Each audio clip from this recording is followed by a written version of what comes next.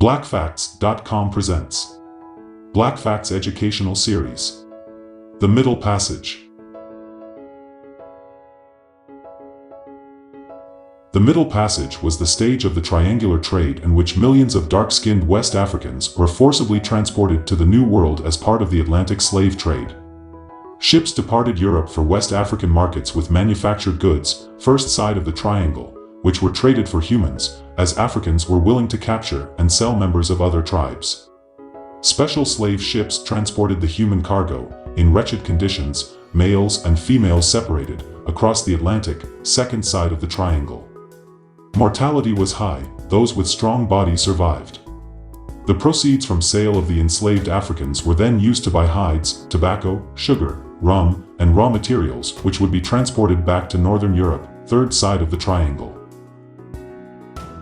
The first passage was the forced march of captives, future slaves, from their inland homes to African ports, such as Elmina, where they were imprisoned until they can be loaded onto a buying ship. The final passage was the journey from the port of disembarkation, such as Charleston, South Carolina, to the plantation or other destination where they would be put to work. The Middle Passage across the Atlantic joined these two. Voyages on the Middle Passage were large financial undertakings, generally organized by companies or groups of investors rather than individuals. The enslaved Africans came mostly from the regions of Bight of Biafra.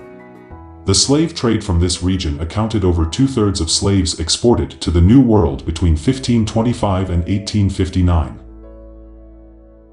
Journey. Depending on weather conditions, the journey became more efficient over the centuries, while an average transatlantic journey of the early 16th century lasted several months. By the 19th century, the crossing often required fewer than 6 weeks. The male captives were normally chained together in pairs to save space, right leg to the next man's left leg, while the women and children may have had somewhat more room. The chains or hand and leg cuffs were known as bilbos. Bilbos were mainly used on men, and they consisted of 2 iron shackles locked on a post and were usually fastened around the ankles of 2 men. At best, captives were fed beans, corn, yams, rice, and palm oil just once a day. Slaves below the decks lived for months in conditions of squalor and indescribable horror. Disease spread and ill health was one of the biggest killers. The slaves who had already been ill-ridden were not always found immediately. Many of the living slaves could have been shackled to someone that was dead for hours and sometimes days. Sailing technologies. The need for profits in the 18th century's Atlantic market economy drove changes in ship designs and in managing human cargo. Slave ships were normally smaller and traditional cargo ships. Ships purposely designed to be more maneuverable were meant to navigate the African coastal rivers into farther inland ports. These ships therefore increased the effects of the slave trade on Africa. Improvements in airflow on board the ships helped to decrease the infamous mortality rate that these ships had become known for throughout the 16th and 17th centuries. The monetary value of enslaved Africans during the mid-18th century ranged between $800 and $1,200, a high figure. Therefore, ship captains and investors sought technologies that would protect their human cargo.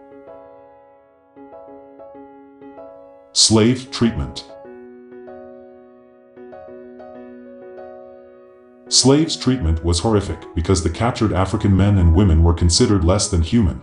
They were cargo, or goods, and treated as such. They were transported for marketing. The Zone, a British slaver, took too many slaves on a voyage to the New World in 1781. Overcrowding combined with malnutrition and disease killed several crew members and around 60 slaves. Bad weather made the Zone's voyage slow and lack of drinking water became a concern. The crew decided to drown some slaves at sea to conserve water and allow the owners to collect insurance for lost cargo. About 130 slaves were killed and others killed themselves in defiance by jumping into the water.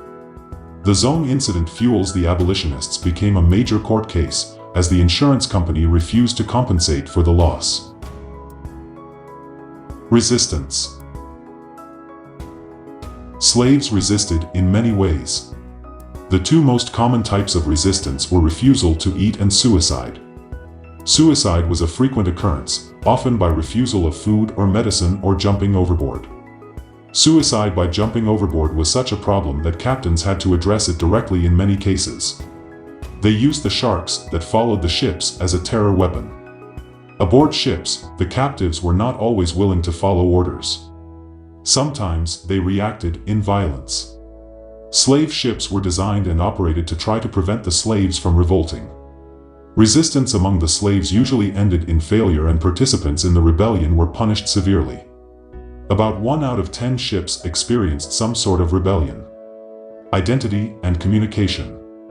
In order to interact with each other on the voyage, slaves created a communication system unbeknownst to Europeans. They would construct choruses on the passages. Using their voices, bodies, and ships themselves, the hollow design of the ships allowed slaves to use them as percussive instruments and to amplify their songs. This combination of instruments was both a way for slaves to communicate as well as create a new identity, since slavers attempted to strip them of that. Although most slaves were from various regions around Africa, their situation allowed them to come together and create a new culture and identity aboard the ships with a common language and method of communication. Sailors and crew. While the owners and captains of slave ships could expect vast profits, the ordinary sailors were often badly paid and subject to brutal discipline. The sailors were often employed through coercion, as they generally knew about and hated the slave trade.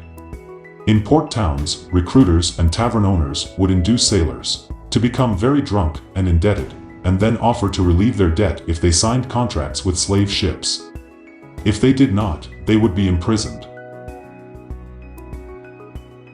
Narrated by Timbuktu.